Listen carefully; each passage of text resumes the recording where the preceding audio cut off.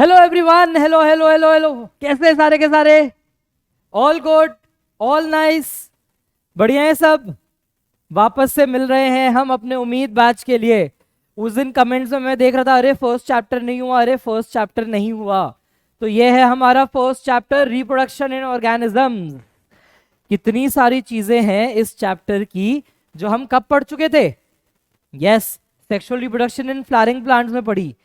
कितनी सारी चीजें इस चैप्टर की लिविंग वर्ल्ड में पड़ी हुई हैं। कितनी सारी चीजें इसकी मॉर्फोलॉजी में पड़ी हुई हैं। ठीक है, तो ये वाला चैप्टर हम आज स्टार्ट करने वाले हैं। That is your reproduction in organisms. ठीक है जी, रेडी है सारे के सारे? फटाफट थम्स अप, वही सेम तरीका, थम्स अप भेज दो तो पता चलने लग जाएगा कि yes you are ready. Ready? Thumbs up guys, come on, thumbs up देना शुरू कर दो चैट बॉक्स में। बिल्कुल रियल फील करो, फील रील करो, फील करो। थम्स अप डालना शुरू कर दो। Good, perfect, perfect. तो योर अग्रिम Jain sir welcomes you again for your उम्मीद बैच। और आज का हमारा चैप्टर स्टार्ट कर रहे हैं, रिप्रोडक्शन इन ऑर्गेनिजम्स। बहुत बेसिक चैप्टर है, मुश्किल नहीं है, बेसिक सा चैप्टर है। और इस चैप्टर से अकेले एज सच क्वेश्चंस नहीं आते। इस चैप्टर से अभी हम क्वेश्चंस डिस्कस करेंगे। इस चैप्टर से जो क्वेश्चंस आएंगे वो ऐसे क्वेश्चंस होंगे जो किसी ना किसी दूसरे चैप्टर से लिंक्ड हैं। कुछ लिंक मॉर्फोलॉजी से आ जाएगा, कुछ लिंक इसका आ जाएगा sexual reproduction in flowering plant से। तो लिंकेज वाले क्वेश्चंस आएंगे। ठीक है जी, चलो करते हैं शुरू। अगर एक ब्रीफ रिकैप ही अगर हमें देखना हो और हम बात करें इस टर्म रिप्रोडक्शन की, तो रिप्रोडक्शन वर्ड का मतलब लिविंग वर्ल्ड में हमने क्या पढ़ा होता है कि एक ऑर्गेनिज्म अपने जैसे सिमिलर ऑर्गेनिजम्स क्रिएट कर रहा है।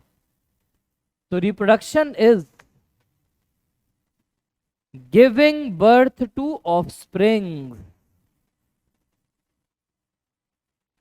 और ये ऑफस्प्रिंग कैसे होंगे? Yes, similar to one self, अपने जैसे ही नए बच्चे बनाए जाते हैं। ठीक, अब एनसीईआरटी ने यहाँ पे एक बहुत अच्छा वर्ड इंट्रोड्यूस किया है जो है हमारा लाइफ स्पैन।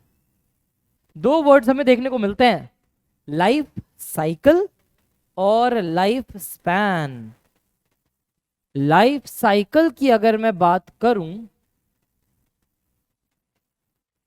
तो ये लाइफ साइकिल क्या चीज होनी चाहिए? लाइफ साइकिल होती है period from birth to first successful reproduction. क्या है ये? Period from birth to first successful reproduction. और लाइफ स्पैन क्या है? तो लाइफ स्पैन हमें दिख रहा है, ये भी एक पीरियड है, ये भी एक टाइम ड्यूरेशन है, लेकिन कहां से? Birth to natural death. तो period from birth to natural death. फिर से बोलो, period from birth to natural death. ये नहीं कि बेचारा एक बीटल, अभी मेरे साथ कल ही हुआ था यार, बहुत सॉरी हूं मैं इस चीज के लिए। एक बीटल था, अब एकदम से किसी घर वाले ने कहा अरे बीटल आ गया, उसको हटा दिया, बाहर करो बाहर करो बोला। अब बाहर का गेट दूर था, मुझे तो वापस अंदर आ जाएगा, मैंने बस पैर पट्ट रखा, मार डाला उसको मैंने। तो yes, I confess to this. तो अब वो उसकी नेचुरल डेथ नहीं थी ना बीटल की बेचारे की, वो तो मैंने उसे मार डाला। अगर एक्सीडेंटल डेथ होती है वो तो वेरी करेगी टाइम। फिर एक ज्योग्राफी का कॉन्सेप्ट है, पॉलिटिकल साइंस में आता है जनरली कई बार, लाइफ एक्सपेक्टेंसी, कि उस एरिया में एक जनरल ट्रेंड क्या है, कब तक कोई जिंदा रहता है। तो वही चीज एक तरीके का लाइफ स्पैन है, एक जनरल एवरेज वैल्यू है, period from birth to natural death. इसका बेस्ट एग्जाम्पल एनसीईआरटी से ही उठाते हैं। घर पे कभी नोटिस करना, पेरेंट्स अगर आपके कुछ फ्रूट्स घर लेके आए और तुमने 2-3 दिन तक वो फ्रूट्स नहीं खाए, जो ज्यादातर करते हो तुम लोग, तो उस पे एक अलग टाइप की मक्खी आके भिनभिनाने लगती है। हमारी काली मोटी मक्खी जैसी नहीं होती वो, उसी को फ्रूट फ्लाई कहते हैं। इस फ्रूट फ्लाई की अगर आप लाइफ स्पैन की बात करो तो वो है 4 वीक। मतलब उस अंडे से वो इंसेक्ट निकला, 1 महीने तक, ऑलमोस्ट 1 महीने तक वो जिंदा रहेगा और 1 महीने बाद मर जाएगा। तो ये उसका लाइफ स्पैन है, period from birth to natural death.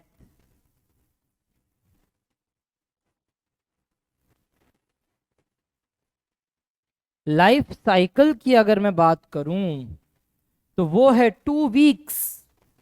Life cycle मतलब अंडे से वो निकला, 2 हफ्ते के अंदर वो मैच्योर हो जाएगा और नए बच्चे पैदा कर देगा। तो लाइफ साइकिल कब पूरी हुई? जब उसने नए बच्चे बना दिए। लाइफ स्पैन कब पूरा होगा? जब वो स्वयं मृत्यु को प्राप्त होगा। ठीक है, तो वो हो गया हमारा लाइफ साइकिल और स्पैन का डिफरेंस। फिर एनसीईआरटी जी कहते हैं लाइफ स्पैन्स और organisms are not correlated with the size. इसका साइज से कोरिलेशन नहीं होता है। क्या एग्जाम्पल दिया है? क्रो का एग्जाम्पल, पैरट का एग्जाम्पल।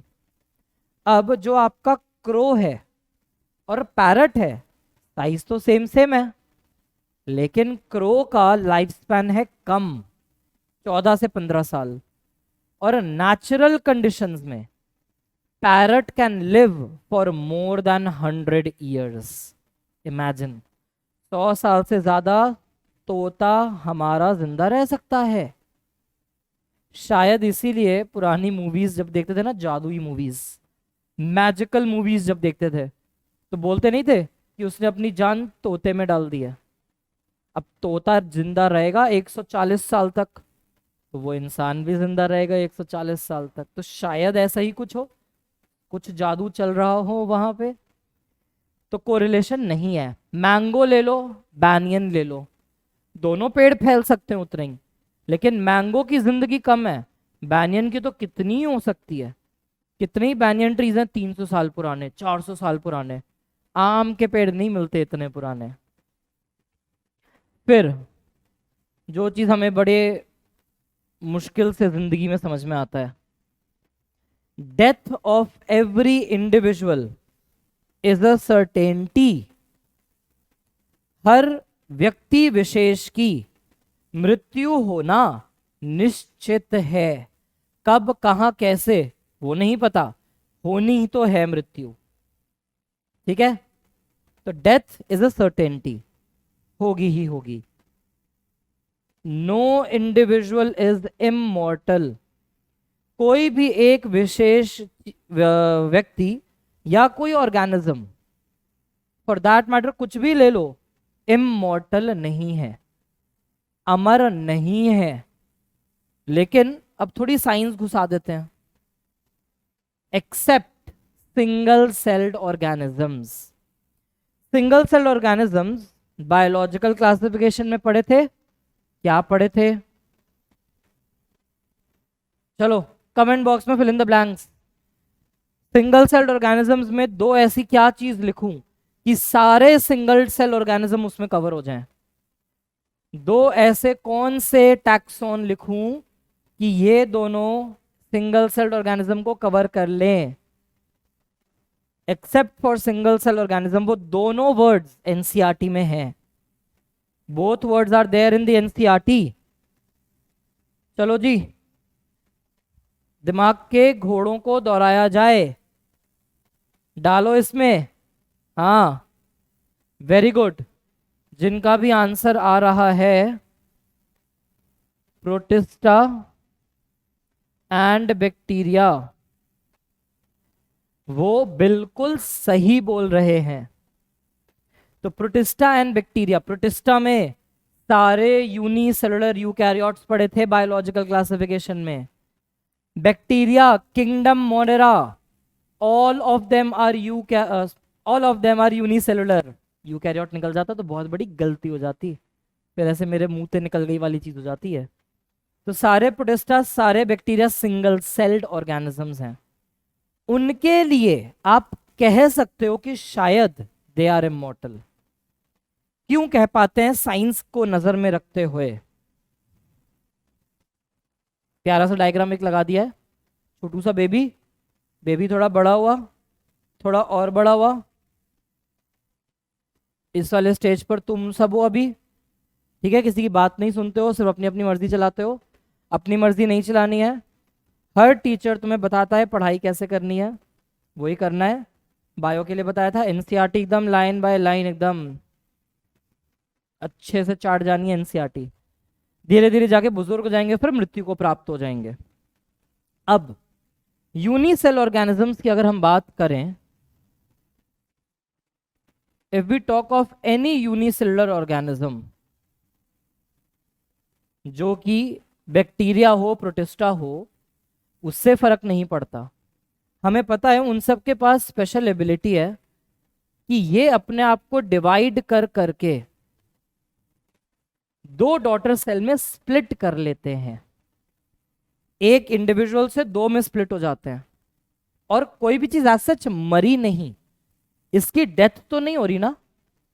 ऐसे थोड़ी कि ये मर गया, इसकी आइडेंटिटी लूज होगी, मरेगा नहीं।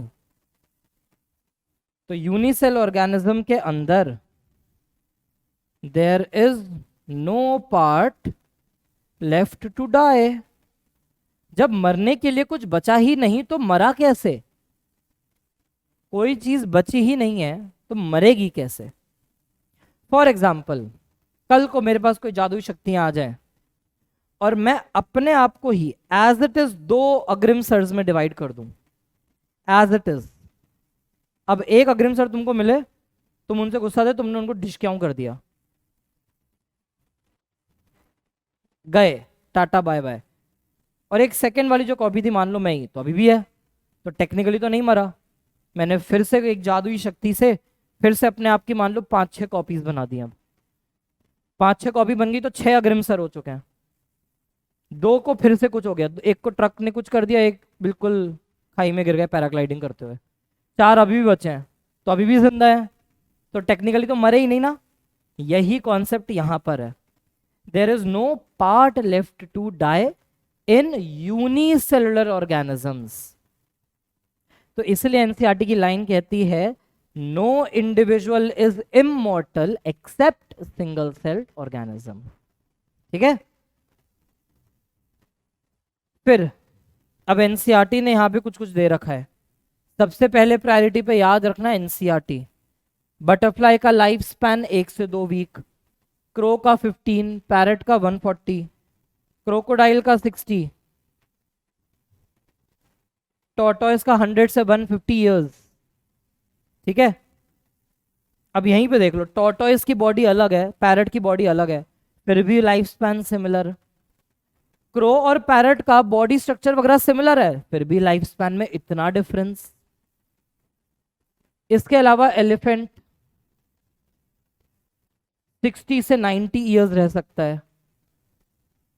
रोज के प्लांट्स 5 to 7 ईयर्स, डॉग 25 से 30।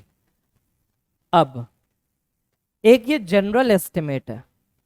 डे टू डे लाइफ में जब हम इंडिया में रहते हैं, हमारे यहाँ जो पेट डॉग्स होते हैं वो जनरली 10 साल 12 साल, बहुत ही ज्यादा खिंच जाए तो 15 साल चल सकते हैं। अब यहां क्या लिखा है? बनाना, नीचे लिखा है बैनियन। तो बैनियन 200 से 300 है, बनाना लगभग 25। काओ 20 से 25 years, horse 60 years, fruit fly 4 weeks, rice का पौधा 3 से 4 महीने। तो ये एक जनरल लाइफ स्पैन्स हैं। बढ़ते हैं आगे टेक्निकल डेफिनेशन पे। तो एक बायोलॉजिकल प्रोसेस है, ऑब्वियस है कि सर आप ये क्या ही बता रहे हैं, ये तो हमें बचपन से पता है। बट ओवर कॉन्फिडेंट भी कहीं नहीं होना। कोई भी कॉम्पिटिटिव एग्जाम जब आप फेस करते हो तो the key is to control your confidence. Under confident नहीं होना कि यार ये सबको तो आता है, मेरे को नहीं आता, मैं कैसे करूंगा। तुम करोगे, क्यों नहीं कर सकते? अभी तक भी तो इतने लेवल ऑफ कंपटीशन पे पहुंचे हो खुद ही मेहनत करके, तो आगे भी कर सकते हो। अगर एक बार तुम ये चाबी समझ जाओ ना, क्या है कुंजी समझ जाओ ना, कि वो क्रैक कैसे हो रहा है, बस सब कुछ तुम्हारा है अब जिंदगी में। तो बायोलॉजिकल प्रोसेस है, organism gives rise to young ones similar to itself.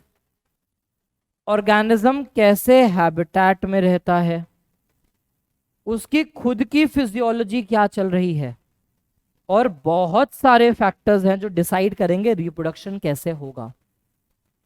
For example, ठीक है, मान लो कोई एक बहुत बहुत रिच घर का कपल है, वो एक्सपेक्टिंग है, they are about to have child. अब उस लेडी को पूरे प्रेगनेंसी के टाइम पे बेस्ट फैसिलिटीज मिली। अब मान लेते हैं कोई दूसरी तरफ कोई डेली वेज लेबरर है, कंस्ट्रक्शन की साइट पर है बेचारी वो लेडी। अब वो एक्सपेक्टिंग है, उसको खाने को नहीं मिल रहा, उसके पास अच्छे से वाइटामिन मिनरल्स की अवेलेबिलिटी नहीं है, पूरे दिन काम भी कर रही हैं, हो सकता है कि बेबी हेल्दी ना हो। तो हैबिटेट से डिसाइड होता है कि रिप्रोडक्शन कैसे हो सकती है, कितनी सक्सेसफुल होगी। इंटरनल फिजियोलॉजी, ये चीज आप जुओलॉजी के ह्यूमन रिप्रोडक्शन में बहुत अच्छे से पढ़ते हो कि फिजियोलॉजी बहुत इंपॉर्टेंट है। दो ह्यूमंस हैं, मेल फीमेल, एकदम बढ़िया हट्टे कट्टे बढ़िया दिख रहे हैं, अंदर की फिजियोलॉजी खराब है, स्पर्म की मोटिलिटी बहुत वीक है, फीमेल का जो वेजाइना है वो बहुत एसिडिक है, बहुत हॉस्टाइल है स्पर्म के लिए, रिप्रोडक्शन सक्सेसफुल नहीं हो पाएगा। अदर फैक्टर्स, भाई कितने सारे जेनेटिक फैक्टर्स हैं जो हम दिमाग में नहीं लेके आ रहे। जेनेटिक्स वाला चैप्टर जो था उसमें पढ़ते थे एक्स के साथ एक्स है, वेरी गुड, एक्स के साथ वाई है, वेरी गुड, एक्स के साथ कुछ नहीं है, Turner's syndrome, sterile, no reproduction. X Y के साथ एक एक्स्ट्रा एक्स आ गया है, गड़बड़। एक्स एक्स के साथ वाई आ गया है, गड़बड़। Klinefelter syndrome, sterile, no reproduction. तो कितनी सारी ऐसी कंडीशंस हैं जिनसे मिलके ये डिसाइड होगा कि बेटे रिप्रोडक्शन होना है या नहीं। ठीक है, ये एक कंपैरिजन किया है हमने एसेक्सुअल और सेक्सुअल का। सेम चीज लिविंग वर्ल्ड में भी की जाती है। अगर आप बोलते हो एसेक्सुअल रिप्रोडक्शन है तो हमेशा इसमें क्या लिखा जाता है, गैमीट में और में नॉट बी प्रेजेंट। गैमीट हो भी सकता है, नहीं भी हो सकता। अब नहीं भी हो सकता तो तुम्हें पता ही है। चैट बॉक्स में मेरी हाथ जोड़कर रिक्वेस्ट है, प्लीज यार रिप्लाई कर दो, दिल से बुरा लगता है, फिर ये वाली बात हो जाएगी भाई दिल से बुरा लगता है। ये जो गैमीट है, गैमीट में बी प्रेजेंट और फिर भी एसेक्सुअल है, इसका एग्जाम्पल दे दो मुझे।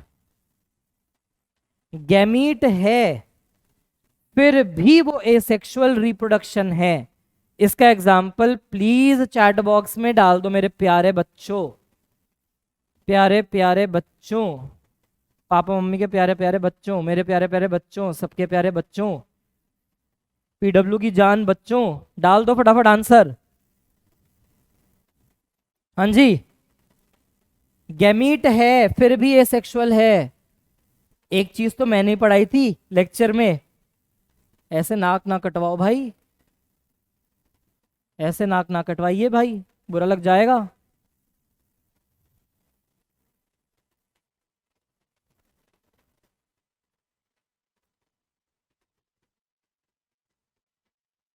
पार्थेनोजेनेसिस पढ़ाई थी, हनी बीज में होती है। इसके अलावा प्लांट में बताया था एपोमिक्सिस कराने के लिए एनसीईआरटी ने खुद लिखा था, diploid egg forms embryo without reduction division and without fertilization. आया याद? मेंटोस खाओ, दिमाग की बत्ती जलाओ। आया याद?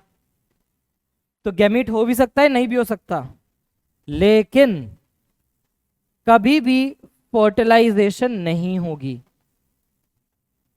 No syngamy, no zygote, no meiosis, no alternation of generation, always uniparental. Alternation of generation क्यों नहीं है? प्लांट किंगडम की चीज है ये ऑल्टरनेशन ऑफ जनरेशन। और इसी ऑल्टरनेशन ऑफ जनरेशन के बारे में सेल साइकिल के अंदर जहां एनसीईआरटी ने एम फेज समझाया है, उसके जस्ट ऊपर का पैराग्राफ देखना। वहां पे एनसीईआरटी ने बताया है कि सेक्सुअली रिप्रोड्यूसिंग ऑर्गेनिज्म अगर है तो जिंदगी में कभी ना कभी गैमीट का फ्यूजन होगा ही होगा। तो हैप्लॉइड गैमीट के फ्यूजन से जाइगोट बनेगा ही बनेगा। और लाइफ में कभी ना कभी डिप्लॉयड सेल में मियोसिस से हैप्लॉइड सेल बनेगा ही बनेगा। किसमें? इन सेक्सुअली रिप्रोड्यूसिंग ऑर्गेनिज्म। यहां पे ये चीज कभी नहीं होती, मियोसिस हो ही नहीं रही, तो अगर वो डिप्लॉयड है तो डिप्लॉयड ही रहेगा, हैप्लॉइड बनेगा ही नहीं। There is no syngamy. दो हैप्लॉइड सेल्स का गैमीट का फ्यूजन होना ही नहीं है। तो अगर वो हैप्लॉइड था तो हैप्लॉइड ही रह जाएगा, डिप्लॉयड है तो डिप्लॉयड ही रह जाएगा। ठीक है? अब सेक्सुअल में गैमीट ऑलवेज प्रेजेंट होगा ही होगा। Syngamy always present, male female आपस में फ्यूज होंगे ही होंगे। Zygote always present, meiosis life cycle में कभी ना कभी होगी ही होगी। क्या क्या क्या मन में डाउट आ रहा है? क्या डाउट आ रहा है? हाँ, अच्छा, एल्गी में याद है पढ़ा था, प्लांट किंगडम में जाइगोट अंडरगोज मियोसिस। ब्रायोफाइट में, टेरिडोफाइट में पढ़ा था, spore mother cell undergoes meiosis. Gymnosperm angiosperm में पढ़ा था, microspore mother cell and megaspore mother cell undergoes meiosis. आ गया याद? बैक्टीरिया में, बैक्टीरिया में क्या पढ़ते हैं हम? There is no sexual reproduction. Bacteria में सेक्सुअल रिकॉम्बिनेशन था, रिप्रोडक्शन तो था ही नहीं। आ रहा याद? कोरिलेशन इंपॉर्टेंट है। तो मियोसिस होगी और इसी की वजह से ऑल्टरनेशन ऑफ जनरेशन होगा। अगर सिनगैमी हो रही है तो हैप्लॉइड टू डिप्लॉयड हो रहा है, मियोसिस हो रही है तो डिप्लॉयड टू हैप्लॉइड बन रहा है, इसीलिए ऑल्टरनेशन ऑफ जनरेशन मिलेगी। बाय पेरेंटल या यूनी पेरेंटल हो सकता है। बाय मतलब दो अलग अलग पेरेंट्स, तो बहुत कॉमन फीचर है सेक्सुअल में। Uniparental, yes, monoecious condition, bisexual condition, उसमें यूनी पेरेंटल है। ऑटोगैमी, गाइटोनोगैमी, बस यही सोचते रहो कि कहीं तो पढ़ा था, ऐसे नहीं चलेगा मेरे बच्चे, फिर ऐसे एकदम शकुनी जाग जाएगा। मेरे प्यारे भांजे, सारे ही भांजे हैं, लड़का लड़की सब भांजे हैं, अभी भूलने से काम नहीं चलेगा, टिप्स पे रखना है, टिप्स पे, समझे? इसके अलावा एनसीईआरटी ने क्या लिखा है कि जो सेक्सुअल मेथड्स है ना वो स्लो है, वो इलाबोरेट है। ऐसा नहीं कि बस बैठे बैठे क्या करे, करना है कुछ काम और शुरू हो गए, ऐसा नहीं है। सेक्सुअल में हमने पढ़ा भाई प्री फर्टिलाइजेशन, गैमीट फॉर्म कराना होगा, फिर भाई उस गैमीट को ट्रांसफर कराना होगा, मेल फीमेल कंपैटिबल है या नहीं ये चेक करना होगा, फिर फर्टिलाइजेशन होगी। तो बहुत स्लो, इलाबोरेट और कॉम्प्लेक्स प्रोसेस है भाई। ऐसे बस बैठे बैठे क्या कर रहे हैं, दिल्ली वालों की तरह नहीं हो रहा है ये एकदम कि अच्छा क्या कर रहे हैं वीकेंड पे, कुछ नहीं, चलो ठीक है मनाली चलते हैं, ऐसा नहीं है। प्रोसेस है भाई, 2 महीने पहले टिकट्स भी करोगे, सब कुछ करना है, होटल बुक करना है, प्लान करना है, ऑफिस में छुट्टी लेनी है। लेकिन वहीं अगर आप देखो अपने एसेक्सुअल रिप्रोडक्शन को, तो it is fast, it is simple, इसमें कुछ इतनी स्पेशलाइज चीजें चाहिए ही नहीं। राइजोम बनाना है, ठीक है, डिवाइड करते रहो बन रहा है। बाइनरी फिजन है, करते रहो हो रहा है।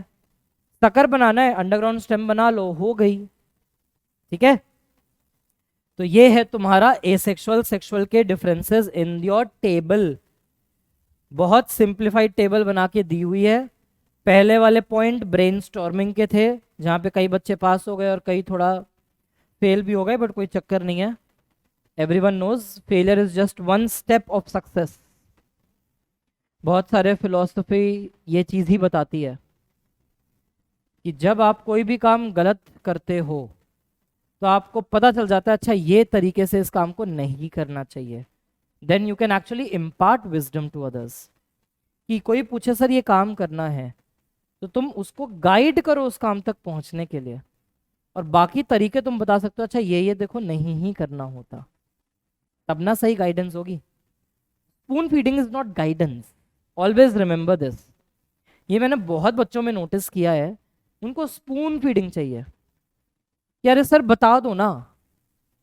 देखो सर मैम तो बता ही देंगे सारी चीज, उनको तो सब आता है, वो सब बता देंगे हमेशा। बट अगर वो सब बता देंगे ना, वो तुम्हें हमेशा शॉर्ट टर्म याद होगी। कोई भी चीज लॉन्ग टर्म याद कब होती है? When you find the solution yourself. if the other person is finding a solution for you, it is always a temporary fix, it is never a permanent fix. So always remember to find your own solutions, seek guidance. There is no one who is like denying your guidance. Papa mummy बड़े भाई बहन, even छोटे भाई बहन से भी कभी कभी सीख सकते हो, सब गाइडेंस देने के लिए रेडी हैं, लेकिन मंजिल तक हिम्मत करके खुद पहुंचना है। अपना भार खुद उठाने की जिम्मेदारी लेना शुरू करो। एसेक्सुअल रिप्रोडक्शन की अगर हम बात करते हैं तो they are not only identical to one another but also exact copies of the parent. अब यहां पे एक और चीज जो मैंने स्टूडेंट साइड में देखी है, स्टूडेंट्स कभी पूरा स्टेटमेंट नहीं पढ़ते, पढ़ के बोल देंगे सर यहां लिखा है offsprings produced are not only identical to one another. यहां पे अपने मर्जी से सेंटेंस खत्म कर लेते हैं। देखो बहुत जरूरी है कि अगर हम कोई चीज इंग्लिश में पढ़ रहे हैं तो हमें उसका इंग्लिश मतलब समझ में आना चाहिए। हर चीज का मीनिंग इंपॉर्टेंट है। तो तुम अपनी लाइन यहीं अगर खत्म कर लोगे कि they are produced and not only identical to one another, तो तुम्हें लगेगा अच्छा आपस में आइडेंटिकल नहीं है। तुम सोचोगे ऐसा कहना चाह रहा है, जाके अपने टीचर से पूछोगे सर ये ऐसा कहना चाह रहे हैं क्या कि आइडेंटिकल नहीं है? ऐसा नहीं है, आगे का पढ़ो। But they are also exact copies of their parent. तो ये लाइन क्या कहना चाह रही है कि ऐसा नहीं है कि सिर्फ वो आपस में आइडेंटिकल नहीं है, वो अपने पेरेंट्स से भी आइडेंटिकल हैं। So they are identical to themselves as well as to their parent. इसीलिए यहां पे ये टर्म आ जाती है क्लोन। मॉर्फोलॉजिकली और जेनेटिकली सिमिलर हैं, एक दूसरे से सेम है। इस लाइन का नॉर्मल मतलब क्या है? That offsprings are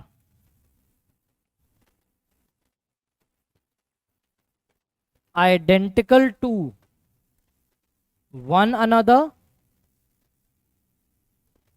as well as their parents। आपस में भी और पेरेंट से भी आइडेंटिकल हैं, और उन्हों को ही हम बोलते हैं क्लोन्स। एकदम डिट्टो कॉपी पेस्ट। ठीक है, लाइन क्लियर है सबको? लाइन क्लियर है प्यारे भोले बच्चे? क्लियर है, गुड। पहला तरीका हम देख रहे हैं स्पोर फॉर्मेशन। एल्गी के अंदर सबसे कॉमन है जूस्पोर्स। अगेन जूस्पोर्स के बारे में प्लांट किंगडम में एल्गी में बहुत अच्छे से पढ़ा हुआ है, मैं खाली रिकैप करा रहा हूं यहां पे। जूस्पोर्स नेकेड होते हैं, जूस्पोर के पास कोई वॉल नहीं होती। जूस्पोर एंडोजीनस होते हैं, मतलब दिख रहा है ये बोरे जैसे स्ट्रक्चर्स में से निकल के आ रहे हैं सारे के सारे बाहर, तो ये इसके अंदर बने हैं इसीलिए एंडोजीनस है। और सब पे दिख रहा है दो दो ऐसे धागे से निकल रहे हैं, तो क्या है ये? मोटाइल मूवेबल स्पोर्स हैं, हैप्लॉइड होते हैं। फंगस में सबसे कॉमन है कोनिडिया। कोनिडिया की अगर हम बात करें तो कोनिडिया होते हैं थिक वॉल्ड, कोनिडिया होते हैं नॉन मोटाइल।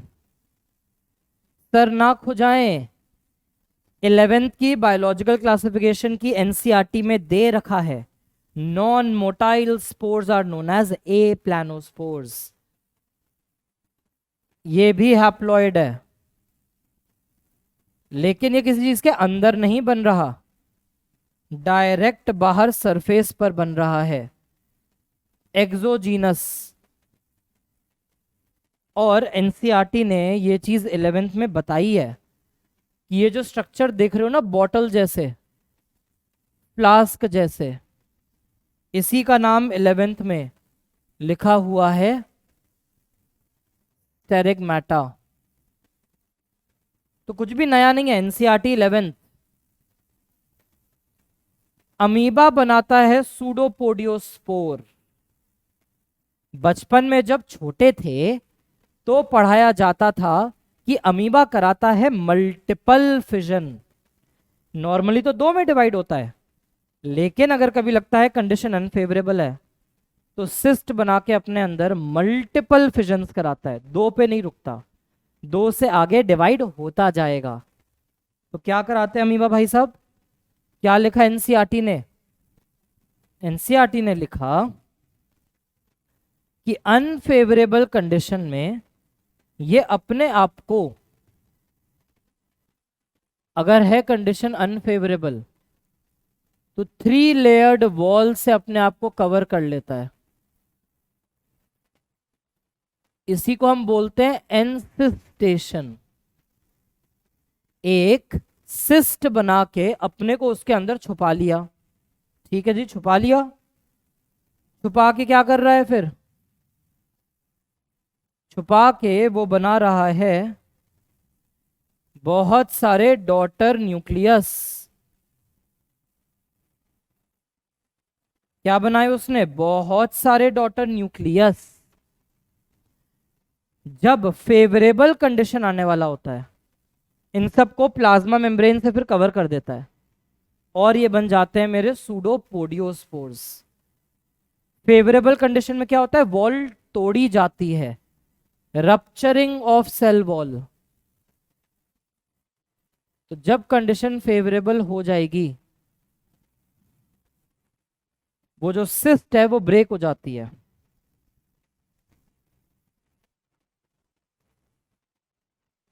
इसको अब बोलते हैं एक्सिस्टेशन। पहले सिस्ट के अंदर जा रहा था तो एन, अब एग्जिट मार रहा है। उसको सेंस हो गया है कि भाई आसपास कंडीशन फेवरेबल हो चुकी है, मैं अपने सूडोपोडियोस्पोर्स रिलीज कर सकता हूं। तो ये हो गया हमारा एक्सिस्टेशन, एनसिस्ट, एक्सिस्ट, ठीक है। तो ये अमीबा जी के लिए दिया हुआ है। फिर आता है बाइनरी फिजन। वर्ड पे ही जाओगे तो मतलब समझ में आ जाएगा।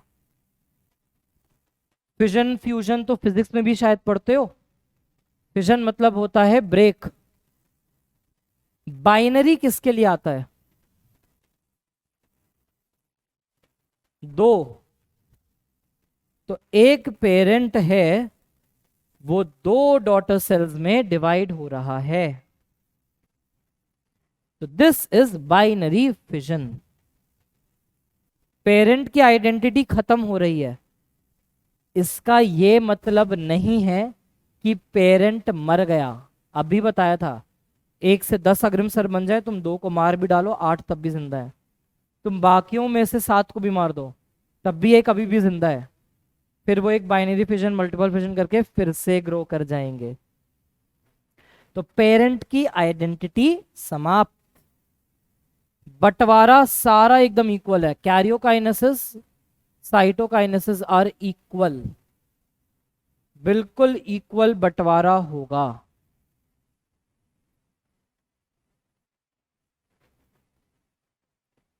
बायोलॉजिकल क्लासिफिकेशन में क्या पढ़ा था? That euglena shows binary fission. इसके अलावा पैरामीशियम, एनसीईआरटी के अकॉर्डिंग यूग्लिना की कैटेगरी क्या है? Euglena belongs to which category and which kingdom? Euglena के लिए बताओ चैट बॉक्स में, it belongs to which category and which kingdom? सही, it belongs to euglenoids and kingdom protista. Paramecium क्या था हमारा? Protozoan, protozoa also belong to protista. Irregular binary fission, किसी भी प्लेन से डिवाइड हो जाता है, तो अमीबा। ठीक है, फिर आता है बडिंग। बडिंग को अगर देखो तो यहां पे पेरेंट सेल जेनेटिक मटेरियल तो इक्वली डिवाइड करना पड़ेगा, लेकिन साइटोप्लाज्म पूरा डिवाइड करके नहीं देता, थोड़ा सा साइटोप्लाज्म देता है जीने लायक और कहते हैं बेटा चलो अब अपने आप अपने पैरों पे खड़े होइए। तो यहां पर पेरेंट आइडेंटिटी खत्म नहीं हो रही, पेरेंट की आइडेंटिटी रहेगी। कैरियोकाइनेसिस इक्वल है, साइटोकाइनेसिस अनइक्वल है, तभी इक्वल साइज नहीं होता। जेनेटिक मटेरियल जो है ना वो अनइक्वल नहीं जा सकता, अनइक्वल जेनेटिक मटेरियल गया तो बाबा रे बाबा, वो सेल सरवाइव करने लायक ही नहीं बचेगा। फिर आया फ्रैगमेंटेशन। फ्रैगमेंटेशन के बारे में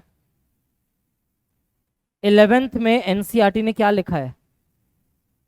फिलामेंटस एल्गी में मिलता है, फंजाई में मिलता है, प्रोटोनीमा ऑफ मॉसेस, ब्रायोफाइट्स के अंदर कैटेगरी थी मॉसेस, प्लांट किंगडम। अब देखो मेरे मुंह से निकला है ना मॉस, तुम्हारे मन में ऐसे लाइफ साइकिल सामने होनी चाहिए कि क्या लाइफ साइकिल थी, प्रोटोनीमा कहाँ था, क्या था, कैसा था। इसके अलावा प्लेनेरिया वगैरह को देखूं तो इसमें फ्रैगमेंटेशन के बाद हो जाती है ट्रू रीजनरेशन, ये भी एनसीईआरटी ने दे रखा था। फिर आता है वेजिटेटिव प्रोपोगेशन, नेचुरल भी हो सकता है आर्टिफिशियल भी। राइजोम मिल सकते हैं कहां पे? जिंजर में। जिंजर के साथ साथ एनसीईआरटी ने यहां पे दे रखा है बनाना। 11th में बनाना शक्कर का एग्जाम्पल है, 12th में बनाना जिंजर सॉरी राइजोम का भी एग्जाम्पल है। ट्यूबर पोटैटो में, बल्ब अनियन में, गार्लिक में। कॉर्न के एग्जाम्पल 11th में दिए हुए हैं।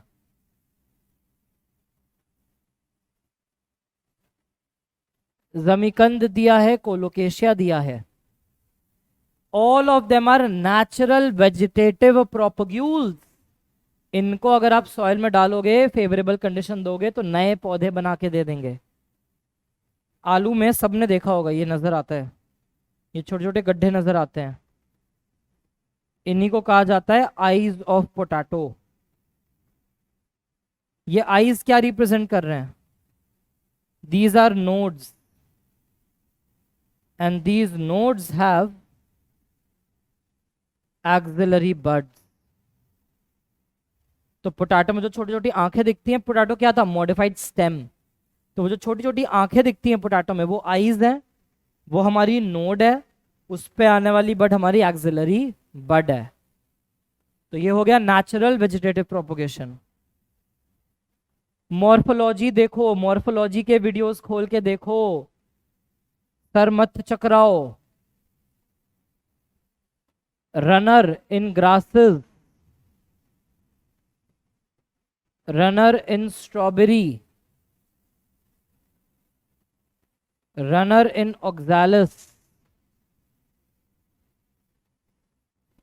रनर में क्या पढ़ते हैं? पौधा है, और इस पौधे से ये लंबा सा स्ट्रक्चर निकलता है, तो दीज वर रनर। फिर अगर हम देखें सकर्स, तो सकर का 11th में एग्जाम्पल दे रखा था banana, pineapple, chrysanthemum.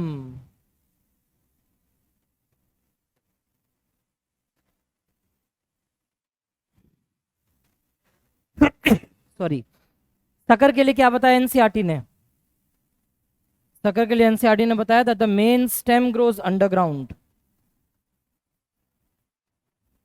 The main stem grows underground, forms lateral branches which come out of the root obliquely, which come out of the ground obliquely. तो ऐसे निकल रहे हैं, सॉरी, इस तरीके से अगर वो बाहर आ रहे हैं तो ये थे हमारे सकर्स। 4 सकर निकले, 4 नए पौधे बन जाएंगे। ऑफसेट, बहुत नोटोरियस प्लांट आइकॉर्निया, और उसी का भाई पिस्टिया। इसमें क्या बताया था? That they are aquatic plants. Aquatic plants होते हैं and they have a rosette of leaf and a tuft of root. Rosette of leaf and a tuft of root.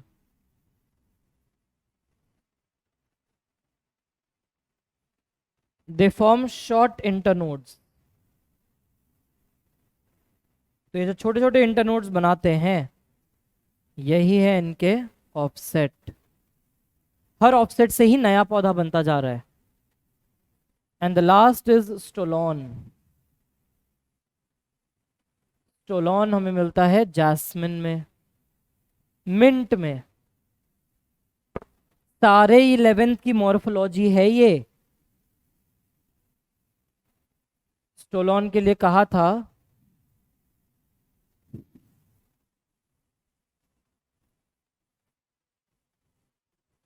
कि स्टोलॉन के अंदर ऐसे आर्च बनती हैं। These are stolons. तो runner, sucker, offset, stolon, ये सारे नेचुरल वेजिटेटिव प्रोपोगेशन के तरीके हैं। इसके अलावा ये क्या है, आइडेंटिफाई कर सकते हो इसका नाम? ब्यूटीफुल लीव्स दिख रही हैं नीचे, सुंदर सुंदर पत्तियां दिख रही हैं, और ब्यूटीफुल पर्पल कलर का फूल दिख रहा है। तो कौन है ये? सही पकड़े हैं,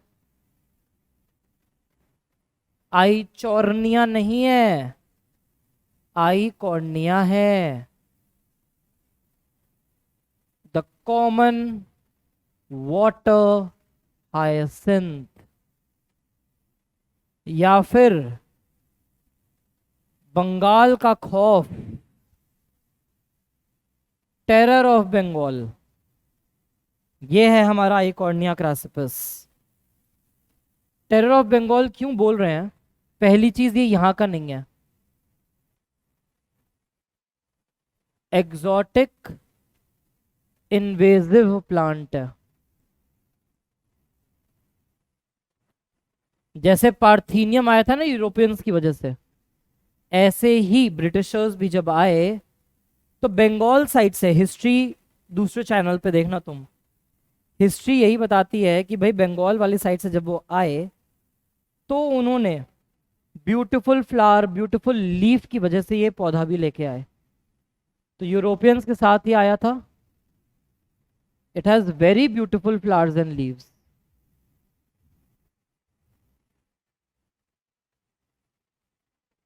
it has beautiful flowers and leaves. इसके लिए इसको लेके आया गया था, लेकिन ऑफसेट बना के ऐसा ग्रो किया, वाटर वेज को ब्लॉक करता गया और इतनी रैपिडली ग्रो करता है। भाई पहले के टाइम पे इंडिया में वाटर वेज से भी कमर्शियल एक्सपोर्ट्स होते थे। ये शिप्स के लिए, बोट्स के लिए रास्ता ब्लॉक कर देता था। ऊपर से इतनी डेंस लेयर बनाता है, it drains oxygen of water. जिस भी पानी में ग्रो करता है उसका सारा ऑक्सीजन खत्म करा देता है, डेंस लेयर बना देता है इतनी कि ऊपर की एटमॉस्फेरिक ऑक्सीजन मिक्स ही ना हो पाए। उससे दिक्कत क्या होगी,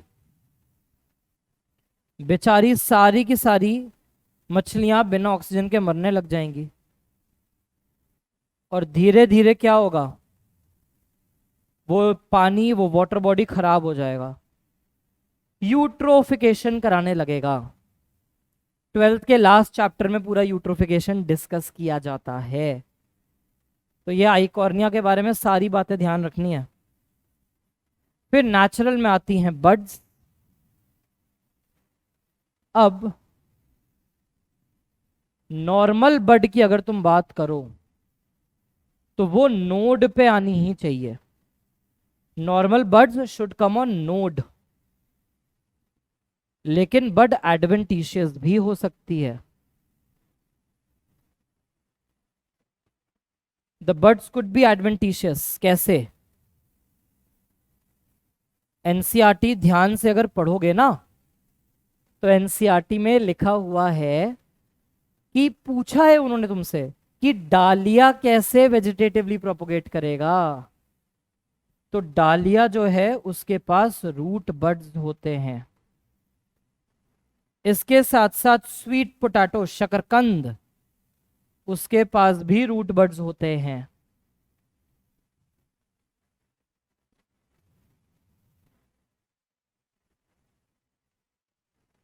स्टेम के इंटरनोड पे बड्स शुगरकेन में मिलते हैं, और इसके अलावा लीफ पे बड्स मिल सकते हैं मार्जिन मार्जिन पर। किसमें? ब्रायोफाइलम में। तो कितने सारे तरीके हैं नेचर में कि वो पौधा एसेक्सुअली ग्रो करता रहे, उसे कोई दिक्कत नहीं आनी चाहिए।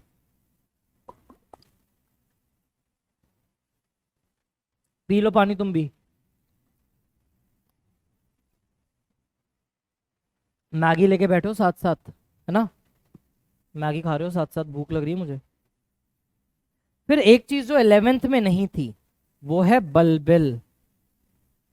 Bulbils are modified fleshy aerial floral buds. बहुत सारे इंग्लिश के वर्ड्स। नॉर्मल फ्लोरल बर्ड होती है, फूल वाली कली, कैसी होती है वो? एरियल, अंडरग्राउंड तो नहीं होती, अबव ग्राउंड है।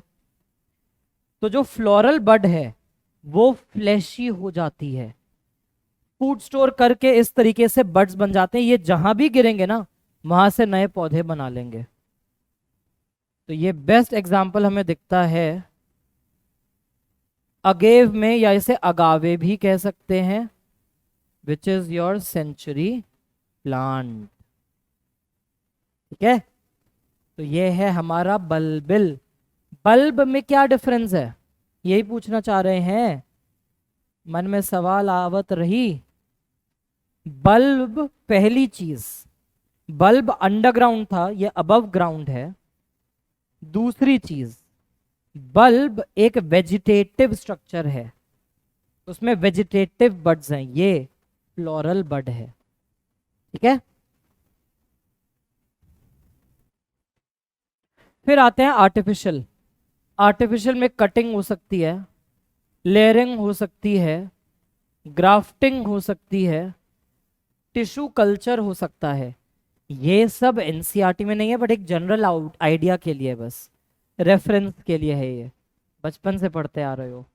कट करके ऑक्सीजन में डिप करके लगा दिया, प्लांट ग्रोथ एंड डेवलपमेंट में ऑक्सिन के अंदर ये लाइन लिखी है, that auxin helps to initiate rooting in stem cuttings. NCERT की लाइन प्लीज अच्छे से पढ़ के कोरिलेट करना शुरू कर दो। लेयरिंग में नीचे की ब्रांच को बरी कर देते हैं, ग्राफ्टिंग में जो शूट है वो स्कायन, जो रूट है वो स्टॉक, और टिश्यू कल्चर तो आगे स्ट्रैटेजीज वाले चैप्टर में आएगा ही पूरा का पूरा। फिर सेक्सुअल में जो लाइन मैंने पीछे लिखवाई थी, elaborate, complex and slow as compare to sexual asexual. फिर ये लाइन बहुत इंपॉर्टेंट है एनसीईआरटी की, कि जब भी आप किसी भी ऑर्गेनिज्म में, अर्थ पे कोई भी ऑर्गेनिज्म ले लो XYZ, अगर सेक्सुअली रिप्रोड्यूसिंग है, अगर वो सेक्सुअल मोड फॉलो कर रहा है रिप्रोडक्शन का, तो organisms share a similar pattern. उनकी लाइफ में पहले एक वेजिटेटिव फेज होगा, फिर रिप्रोडक्टिव फेज, और फिर उनकी मृत्यु। तो जुवेनाइल जनरली एनिमल्स के लिए यूज कर लेते हैं, वेजिटेटिव जनरली प्लांट्स के लिए यूज कर लेते हैं। और ये हमारा कैसा फेज है? Pre reproductive. रिप्रोडक्टिव मैच्योरिटी नहीं आई, ह्यूमंस के लिए सोच लो सपोज, तो ह्यूमन में कॉन्सेप्ट पढ़ते हो ना प्यूबर्टी का, सेकेंडरी सेक्सुअल कैरेक्टर्स डेवलप होने का, उससे पहले पहले का टाइम इज जुवेनाइल। तुमने आज को एक आम का बीज बोया, कुछ साल तक उस पर फूल आया ही नहीं, 1 साल निकल गया, 2 साल निकल गया, उस पर फ्लावर ही नहीं दिख रहा, तो इसका मतलब अभी तक वो किसमें? वेजिटेटिव फेज में। रिप्रोडक्टिव की जब हम बात करते हैं तो फ्लावरिंग प्लांट्स में कैसे पता चलेगा? It is marked by onset of flowering. एक बार जब फूल खिल जाए तो समझ में आता है जी चलो रिप्रोडक्टिव स्टेज में आ गया। यहां पे हम 3 पार्ट्स देखते हैं, रिप्रोडक्टिव फेज के 3 पार्ट्स हैं, pre fertilization, fertilization and post fertilization. और बाद में आ जाएगा सेनेसेंट फेज, जो होती है हमारी एजिंग और इवेंचुअल डेथ। तो juvenile phase, reproductive phase, senescent phase. Reproductive phase के अंदर pre fertilization, fertilization, post fertilization. Pre fertilization में क्या पढ़ा था हमने? Gametogenesis and gamete transfer. फिर फर्टिलाइजेशन और फिर पोस्ट फर्टिलाइजेशन में एम्ब्रियोजेनेसिस तो होगा ही होगा, ठीक है। फिर आता है प्लांट्स। प्लांट्स को अगर देखें तो 2 टाइप के पौधे हैं, क्या क्या? Monocarpic and polycarpic. मोनोकार्पिक क्या है? They produce flowers and fruits only once in life time. 10 साल की जिंदगी है तो उस 10 साल में एक ही बार फ्लावर फ्रूट बना के मरेगा।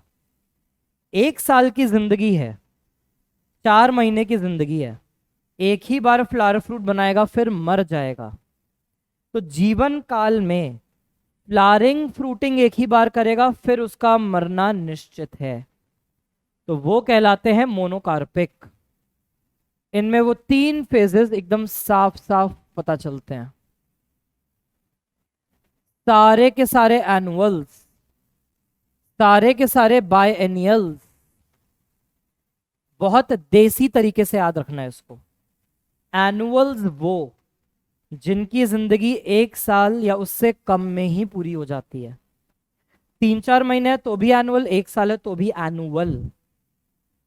ये सारे एनुअल्स मोनोकार्पिक हैं। बायएनियल्स 1 साल से तो पक्का ज्यादा जिंदा रहेंगे, बट 2 साल को क्रॉस नहीं करेंगे। बहुत देसी भाषा में समझा रहा हूं ये चीज। तो बायएनियल विल नेवर एक्सीड 2 years। अब फिर से प्लांट ग्रोथ एंड डेवलपमेंट में वर्नलाइजेशन का टॉपिक देखना, लास्ट के पैराग्राफ में जाना, वहां तुम्हें मिलेगा एनसीईआरटी ने लिखा है दैट बायनियल्स आर मोनोकार्पिक। तो 11th के लास्ट चैप्टर में एनसीईआरटी ने तुम्हें ये टर्म इंट्रोड्यूस कर दी थी। तो सारे एनुअल सारे बायनियल मोनोकार्पिक ही हैं। फ्लावरिंग फ्रूटिंग एक ही बार करेंगे और उसके बाद तुरंत मर जाएंगे। लेकिन कुछ पेरेनियल्स, अब पेरेनियल कोई भी हो सकता है जो 2 साल से ज्यादा जिंदा रहे, जैसे कि स्ट्रोबिलैंथस और बैम्बू। बैम्बू जब हम बोलते हैं ना तो उसमें बहुत सारे अलग अलग जीनस आ जाते हैं। मेलोकैना, बैम्बूजा, ये सारे के सारे बहुत सारी बैम्बू वैरायटीज हैं। तो मोनोकार्पिक मतलब जीवन में एक ही बार फ्लावर फ्रूट बनाएगा। मोनोकार्प से ये मतलब मत समझना कि एक फ्रूट बना रहा है, फ्रूट तो बहुत सारे बनाएगा लेकिन पूरे जिंदगी में बस एक बार। इसी का ऑपोजिट है पॉलीकार्पिक। पॉलीकार्पिक में क्या दिख रहा है तुम्हें? They produce flowers and fruits many times before they die. तो इनके अंदर वो 3 फेज नहीं मिलेंगे। क्यों?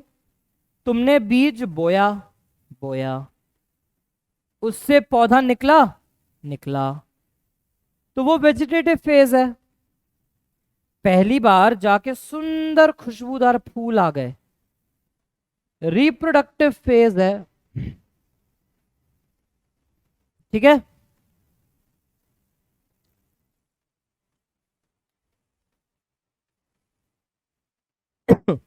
अब उसने अच्छे अच्छे फल बनाए, कुछ फल तुमने तोड़े, कुछ फल अपने आप गिर गए, एक टाइम बाद फल खत्म।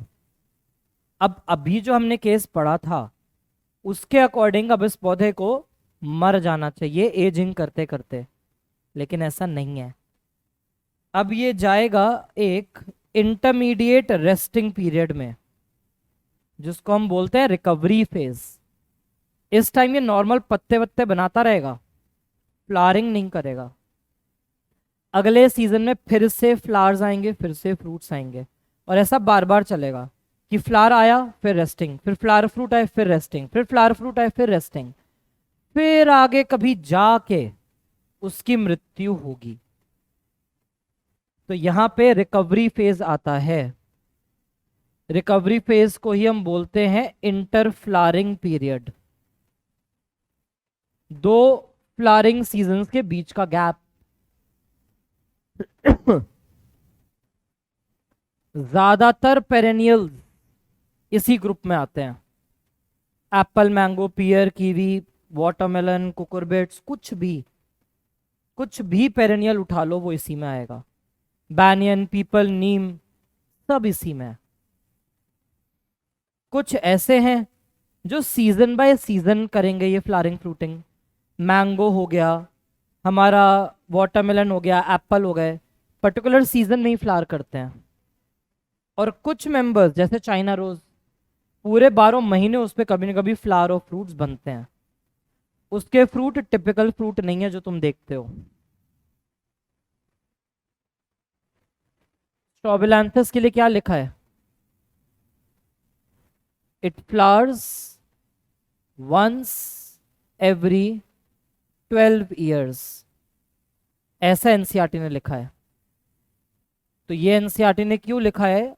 It is with respect to species and not a single plant. वो एक पौधा हर 12 साल में फ्लावर फ्रूट नहीं बना रहा। अगर ऐसा होता तो वो पॉलीकार्पिक बन जाता। वो पौधा 12th ईयर में फ्लावर फ्रूट बना के मर जाता है। एज अ स्पीशीज वो हर 12 साल में वहां पे फ्लावरिंग फ्रूटिंग होती है। जिन पर्वतों पे ये मिले वो नीले हो जाते थे फूल से, तो पर्वत का नाम पड़ गया नीलगिरी। और 3 स्टेट कवर होते हैं इसमें, केरला, कर्नाटका, तमिलनाडु।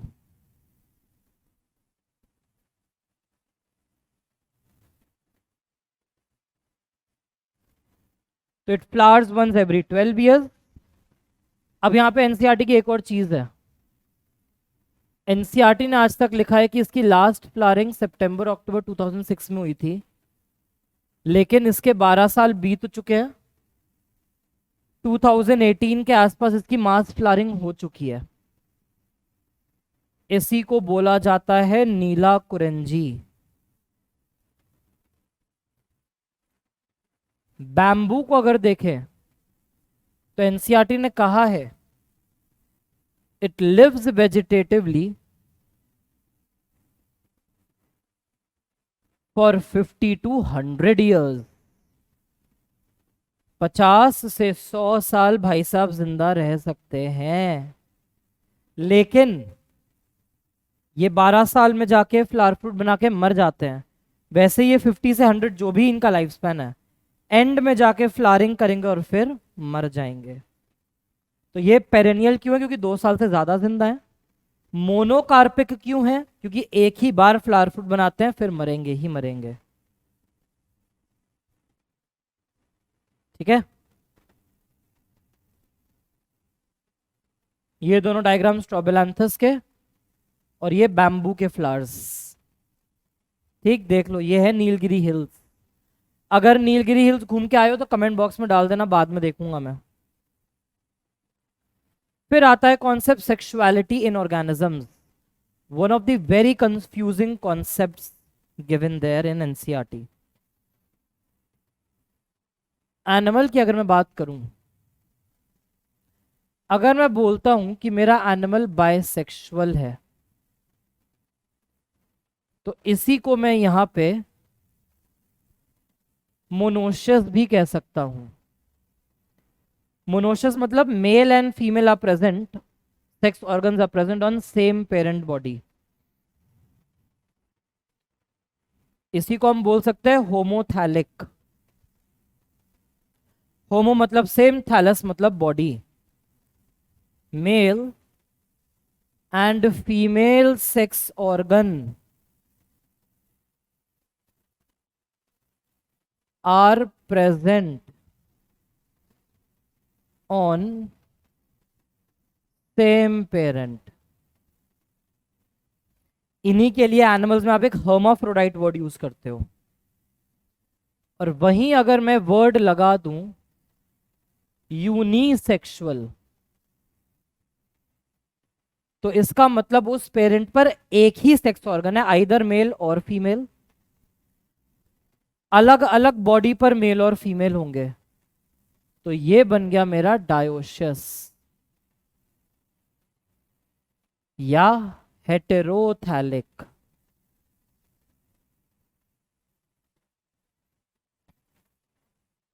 यहां पे हम क्या लिखेंगे? Male and female sex organ are present on separate parent.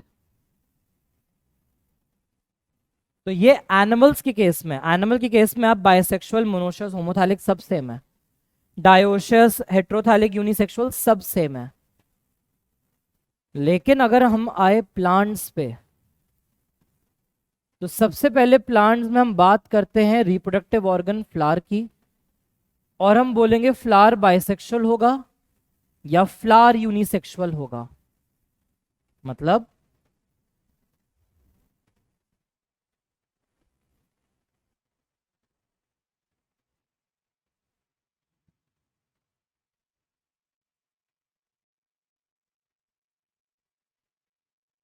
Carpel है,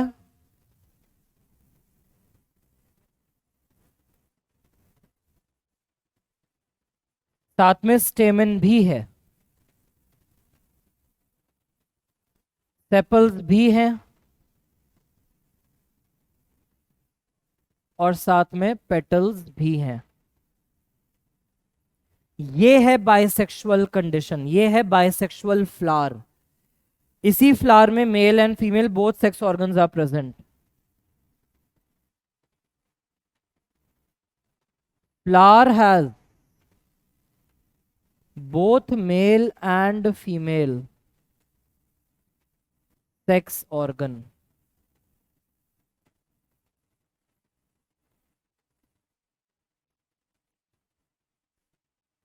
प्लांट को भी बाइसेक्सुअल ही बोलेंगे।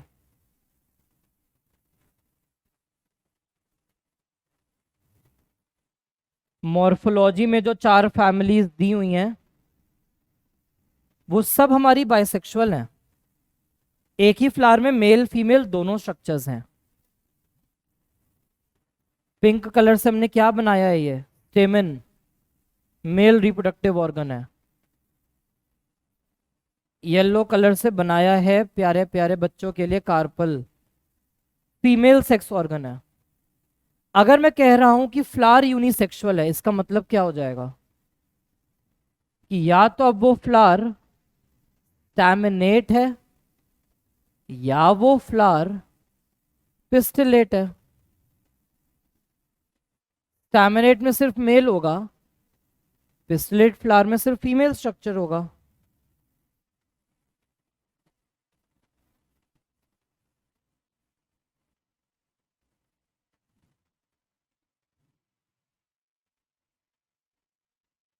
यहां पे क्या मिलेंगे? सिर्फ और सिर्फ स्टेमन्स।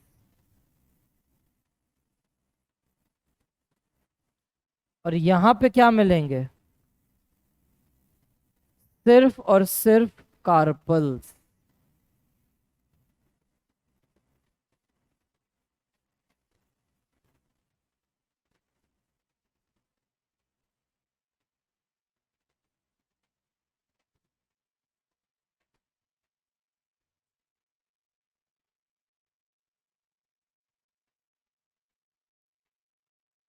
साफ साफ देख लो एक बार, डिफरेंस क्लियर है या नहीं? बाइसेक्सुअल फ्लावर के अंदर मेल फीमेल दोनों ऑर्गन्स हैं। स्टैमिनेट में सिर्फ मेल फ्लावर्स हैं, पिस्टिलेट में सिर्फ फीमेल फ्लावर है। तो ये हमने बनाए हैं अभी फ्लावर्स।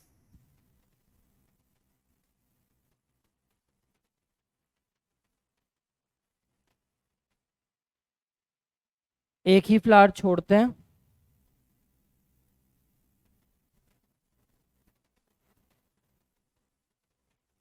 सिर्फ मेल सिर्फ फीमेल, तो ये फ्लावर्स हो गए। अब इस यूनिसेक्सुअल की 2 कंडीशंस हैं।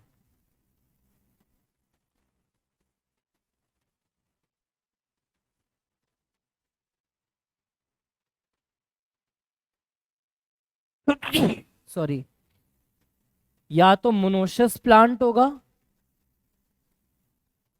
या वो डायोशियस प्लांट होगा।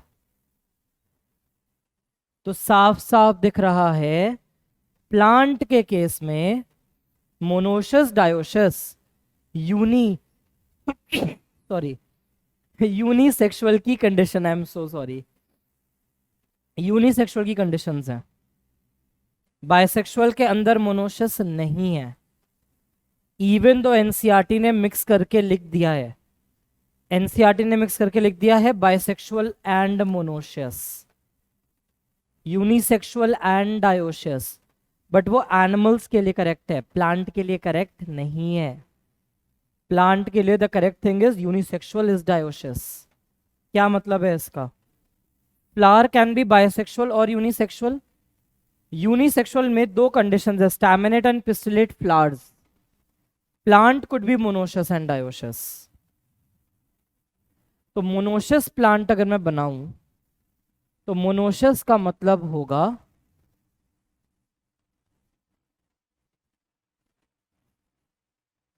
कुछ फ्लावर्स ऐसे जिन पे सिर्फ मुझे स्टेमन ही मिलेंगे और कुछ फ्लावर ऐसे जिन पे मुझे सिर्फ कार्पल ही मिलेंगे।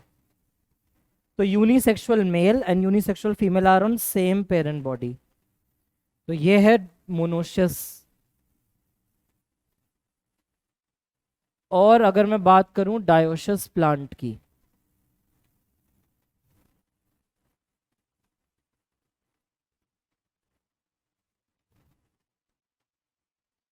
तो डायोशियस का मतलब होता है एक पेरेंट पर सिर्फ मेल फ्लावर्स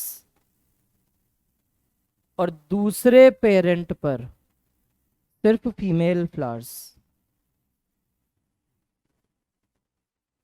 यहां पे मेल और फीमेल एक साथ हैं मोनोशस में, लेकिन डायोशस के केस में क्या है, एक बॉडी पर सिर्फ और सिर्फ मेल फ्लावर्स, दूसरे बॉडी पर सिर्फ और सिर्फ फीमेल फ्लावर्स। और अगर यहीं पर साथ में बाइसेक्सुअल कंडीशन दिखानी हो तो बाइसेक्सुअल के केस में हर एक फ्लावर के पास मेल और फीमेल दोनों सेक्स ऑर्गन्स हैं। तो बाइसेक्सुअल, मोनोशस, डायोशस, ये है प्लांट्स की सेक्सुअलिटी। ठीक है, प्लांट के अंदर बाइसेक्सुअल अलग है, monoecious dioecious in plants belong to unisexual. ठीक है, एनसीईआरटी के लेवल, बस याद रखना एनसीईआरटी को एनिमल प्लांट एक साथ देना था। हम तो बॉटनी पढ़ रहे हैं, सारा प्लांट्स पढ़ रहे हैं, तो एनसीईआरटी ने इसलिए बाइसेक्सुअल के साथ मोनोशस लिख दिया है और डायोशस के साथ उन्होंने लिख दिया करेक्ट यूनिसेक्सुअल। एग्जाम्पल्स सारे एक साथ हैं, मेज, कैस्टर, कुकुरबिट्स। कुकुरबिट्स में ही आपका कुकुम्बर आ जाएगा।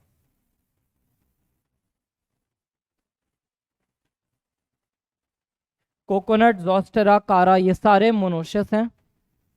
Date palm, papaya, mulberry, vallisneria, marchantia, ये सारे डायोशियस। 11th में मोनोशस में एक और एग्जाम्पल लिखा हुआ है, फ्यूनेरिया। तो ये है मोनोशस एंड डायोशियस का कॉन्सेप्ट इन प्लांट्स। फिर नेक्स्ट अब हम आते हैं सेक्सुअल रिप्रोडक्शन पे। अगर हम सेक्सुअल रिप्रोडक्शन की बात करें, सबसे पहले है प्री फर्टिलाइजेशन इवेंट। प्री मतलब पहले, भाई ऐसे ही थोड़ी फर्टिलाइजेशन हो जाएगा। मेल और फीमेल पास आने चाहिए तो उनका ट्रांसफर बनने भी तो चाहिए। तो गैमीटोजेनेसिस का मतलब होता है गैमीट फॉर्मेशन।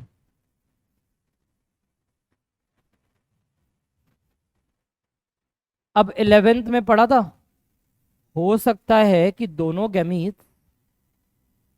सेम हो, तो इस कंडीशन को एनसीईआरटी ने लिखा है होमोगैमीट। एक कंडीशन हो सकती है जहां दोनों गैमीट्स डिफरेंट हो, बोथ गैमीट्स डिफरेंट। ये एग्जाम्पल दिया है हेटेरोगैमीट्स में।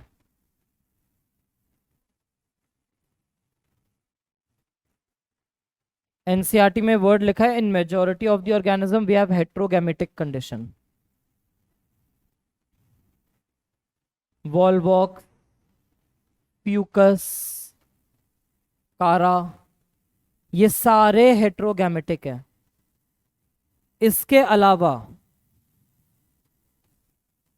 हेटेरोगैमेटिक कंडीशन में ही सारे के सारे ब्रायोफाइट, सारे के सारे टेरिडोफाइट, सारे जिम्नोस्पर्म्स, सारे एंजियोस्पर्म्स, ये सब आ जाते हैं, इसीलिए मेजॉरिटी में है।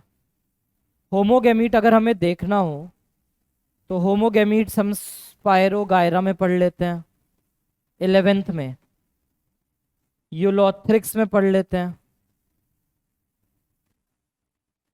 क्लैडोफोरा में पढ़ लेते हैं। ठीक है, फिर आया गैमीट का ट्रांसफर। गैमीट होगा कैसे ट्रांसफर?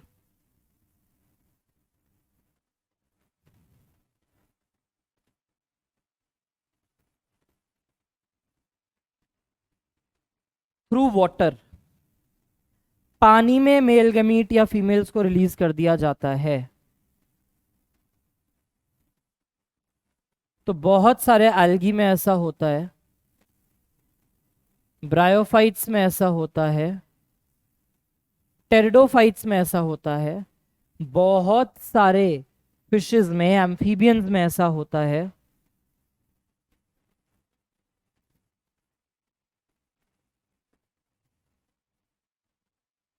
लेकिन हमें पता है कि जिम्नोस्पर्म और एंजियोस्पर्म में तो मेल गैमीट मोटाइल ही नहीं था, वो तो फ्री नहीं था। तो इसीलिए हमें वहां पे गैमीट ट्रांसफर से पहले पॉलिनेशन पढ़नी पड़ती है, फिर पोलन ट्रांसफर के बाद आता है कि पहले जिम्नो एंजियो में पोलन ग्रेन का ट्रांसफर होगा और फिर दोनों में क्या होता है, pollen tube carries male gamete. ठीक है, तो गैमीट जेनेसिस, गैमीट का ट्रांसफर। एनसीईआरटी बहुत इंपॉर्टेंट है, डायग्राम बेस्ड क्वेश्चन आते हैं। तो आइसोगैमीट्स ऑफ क्लैडोफोरा, बी वाला है हेट्रोगैमीट ऑफ फ्यूकस, सी वाला हेट्रोगैमीट ऑफ ह्यूमंस। फिर आता है फर्टिलाइजेशन। इसके लिए ये लाइन याद रखना, एनसीईआरटी ने ये लिखा है कि मोस्ट वाइटल इवेंट, वाइटल होता है इंपॉर्टेंट, तो बहुत इंपॉर्टेंट इवेंट है सेक्सुअल रिप्रोडक्शन का सिनगैमी होना। अब इसके भी बड़े सारे टर्म्स हैं। पहला है सेल्फ फर्टिलाइजेशन, मतलब both gametes come from same parent.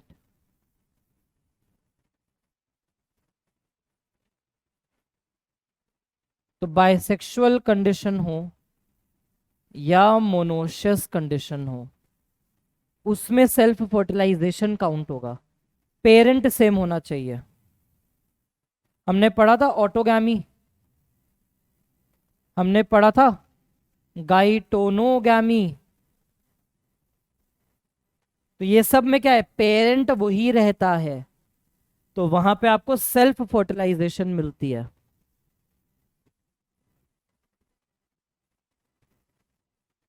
इसी का ऑपोजिट है क्रॉस फर्टिलाइजेशन।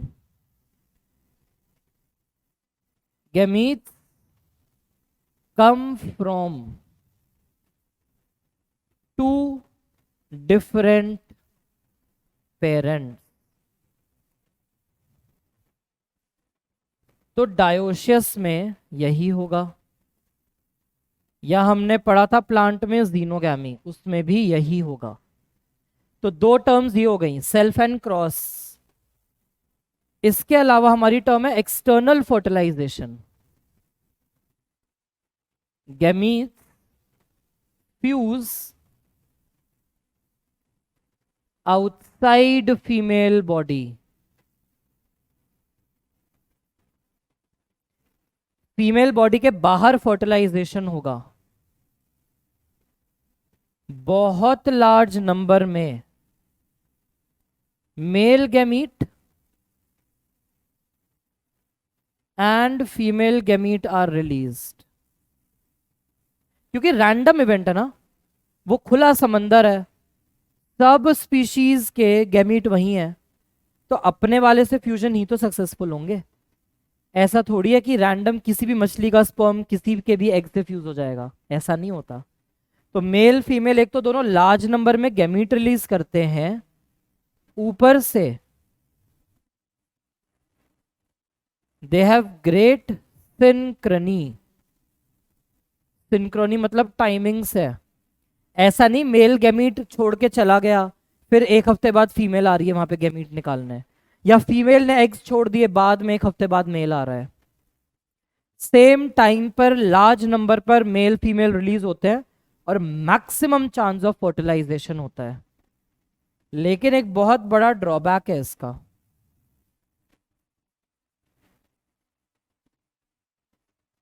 जितने भी जाइगोट बनेंगे फीमेल के बाहर हैं, जितने एम्ब्रियो बनेंगे फीमेल के बाहर हैं, तो they are vulnerable to many attacks, many unfavourable conditions.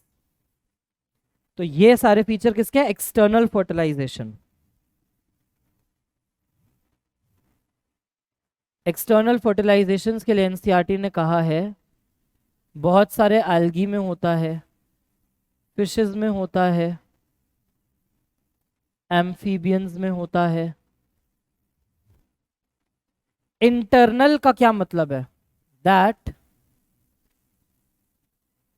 fertilization occurs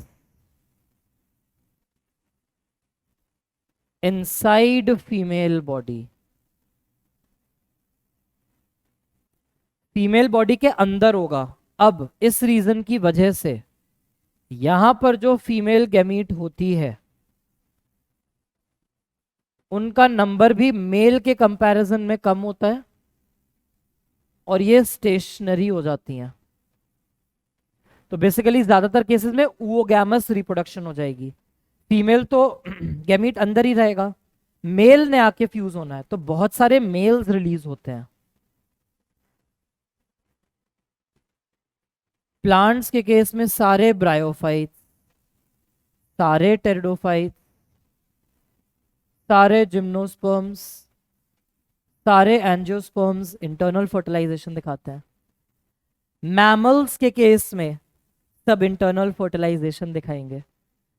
ठीक है, तो self fertilization, cross fertilization, external fertilization and internal fertilization, तो सबके अपने अपने यूनिक मीनिंग। फर्टिलाइजेशन हो गई, बन गया जाइगोट। जाइगोट के लिए ये लाइन लिखी है कि it is the vital link, single celled होगा, एल्गी फंजाई अनफेवरेबल कंडीशन में जाइगोट के चारों तरफ थिक वॉल बना देती हैं। तो थिक वॉल्ड जाइगोट को ही जाइगोस्पोर बोलते हैं। बाकी कहीं नहीं होता ये। ब्रायोफाइट, टेरिडोफाइट, जिम्नोस्पर्म, एंजियोस्पर्म के अंदर ऐसा नहीं हो रहा कुछ, एल्गी फंजाई के अंदर है। हमें पता है यही जाइगोट क्या करता है, एम्ब्रियोजेनेसिस कराता है। एम्ब्रियो के लिए एनसीईआरटी की समरी में लिखा है it is the progenitor of next generation. नए जनरेशन का संवाहक, उसका स्टार्टर है। एम्ब्रियो से ही तो प्लूम्यूल, रेडिकल, हाइपोकोटाइल ये सब बने थे। तो ये प्रोजेनाइटर वर्ड जब भी आए एम्ब्रियो टिक करना, वाइटल लिंक टर्म जब भी आए तो जाइगोट को टिक करना। ठीक है, बहुत इंपॉर्टेंट और सिंपल चीजें हैं, फालतू में घपला नहीं मारना है। फिर पोस्ट फर्टिलाइजेशन में हमने क्या क्या पढ़ा? Sepal, petal, stamen, they wither and fall off, सूख के झड़ के गिर जाते हैं। लेकिन एनसीईआरटी ने एक सवाल पूछा है कि क्या कोई ऐसे भी पौधे हैं जिनका कैलिक्स गिरता नहीं है? तो वो है हमारा persistent calyx. Calyx is found attached to fruit. Fruit formation में हेल्प नहीं कर रहा थैलेमस की तरह, बस फ्रूट के साथ है। जैसे बैंगन, टमाटर, हरी मिर्च, उन पे दिखता है उनका कैलिक्स है। तो फैमिली सोलेनेसी का फीचर पढ़ा था मॉर्फो में। जाइगोट ही एम्ब्रियो बन जाता है, ओव्यूल सीड बन जाता है, ओवरी फ्रूट बन जाती है, ओवरी की ही वॉल पेरिकार्प बन जाती है। नॉर्मली हम पढ़ते हैं न्यूसेलस कंज्यूम हो जाएगा, एमएमसी बना, एमएमसी से मेगास्पोर बना, मेगास्पोर से एम्ब्रियो सैक बना। कौन दे रहा था नरिशमेंट? न्यूसेलस। एनसीईआरटी ने ओव्यूल में न्यूसेलस की लाइन लिखी है, it has a food reserve. तो फूड किसके लिए था? मेगास्पोर एम्ब्रियो सैक डेवलपमेंट के लिए। खत्म हो जाता है, बट अगर खत्म नहीं हो पाया तो परसिस्टेंट न्यूसेलस, परसिस्टेंट न्यूसेलस मतलब बचा हुआ न्यूसेलस, उसी को पेरिस्पर्म कहते हैं। बीट में, कॉफी में, ब्लैक पेपर में मिलता है। तो ये हैं सारे हमारे पोस्ट फर्टिलाइजेशन चेंजेस। ठीक है, तो इस चैप्टर के अंदर बॉटनी वाले पार्ट में ये सारी चीजें आती हैं जो आपने मॉर्फोलॉजी में, बायोलॉजिकल क्लासिफिकेशन में, लिविंग वर्ल्ड में, sexual reproduction in flowering plants में हर जगह पढ़ रखा था। ठीक है, क्वेश्चंस देख लो फटाफट। विच of the following plant is monoecious? कौन सा प्लांट मोनोशियस है? करेक्ट, कारा इज मोनोशियस। एनसीईआरटी में ना कारा का एक डायग्राम बना हुआ है, उसकी लेबलिंग इंपॉर्टेंट है।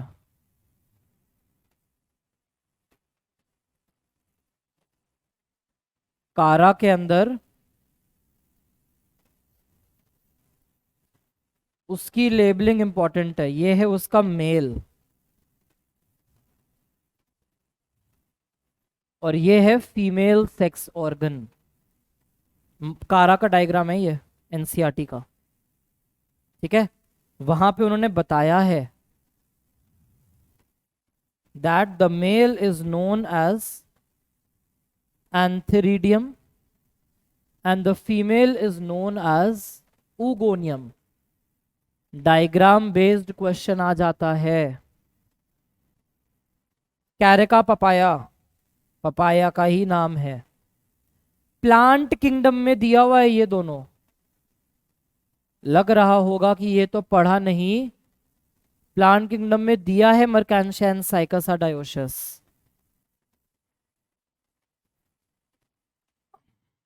अगेव में क्या है? Vegetative propagule. अगेव में वेजिटेटिव प्रोपोग्यूल कौन सा होगा? Bulbil. Next, correct sequence of event बताना है। Which is the correct sequence of event?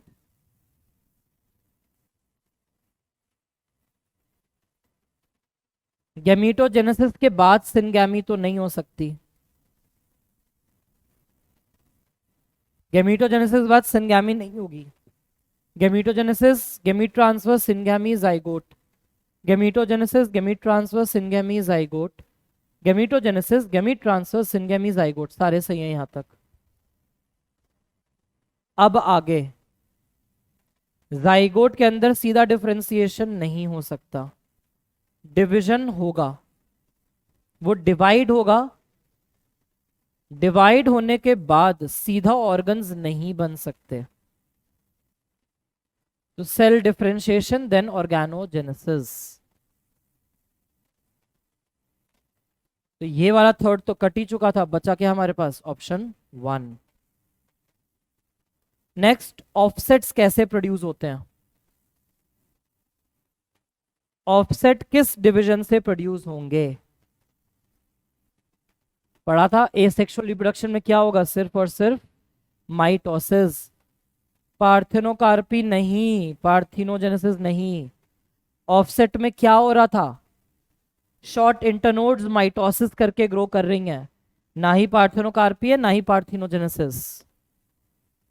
Next, which of the following flowers only once monocarpic choose करना था? बैम्बू की स्पीशीज। जैकफ्रूट, मैंगो, पपाया में तो हर कुछ साल में फल लगते हैं। Next, match the following. Pistols अगर एक साथ फ्यूज्ड हैं तो वो क्या कहलाते हैं? सिनकार्पस। ए का 3 एक ही ऑप्शन में सही है तो वही होगा। B, formation of gamete, automatically 1 पे मैच है। सी, हाइफा ऑफ एस्कोमाइसिटीज 4 का match. D, unisexual female flower, pistillate. Next, not correct statement. Offspring produced by the asexual reproduction are called clones. Correct है। Microscopic motile asexual structure are called zoospore. ये भी सही है। Potato, banana, ginger में plantlets arise from internodes. गलत। बताया था ये जो बड्स हैं वो नोड्स पर आ रहे हैं, तो ये इनकरेक्ट हो गया। वाटर हायसिंथ स्टैंडिंग वाटर में ग्रो करता है, यस। ऑक्सीजन ड्रेन कर लेगा, यस। फिशेस को मार डालता है, yes. Next, which of the following generates new genetic combination? नया जेनेटिक कॉम्बिनेशन आना चाहिए तो वो सिर्फ सेक्सुअल रिप्रोडक्शन में आएगा, बाकी तीनों एसेक्सुअल हैं। यूनिसेक्सुअल का एग्जांपल चूज करो यहां से। Correct, cucumber. Not correctly matched, offset water hyacinth correct है। राइजोम बनाना करेक्ट है। Binary fission sargassum incorrect. Sargassum brown algae था, फिलामेंटस था, फ्रैगमेंटेशन करेगा। Conidia Penicillium correct. तो ऑप्शन सी इज इनकरेक्ट। ठीक है, so this was all about the first chapter, that is your reproduction in organisms. All the botany related portion we have covered. Thoroughly इसको पढ़ना, NCERT line by line पढ़ना, सारी matchings करना, सब कुछ crystal clear हो जाएगा। पढ़ते रहो, मस्ती भी करो, माँ बाप की सेवा भी करो। Enjoy the life, study hard, work hard. Thank you.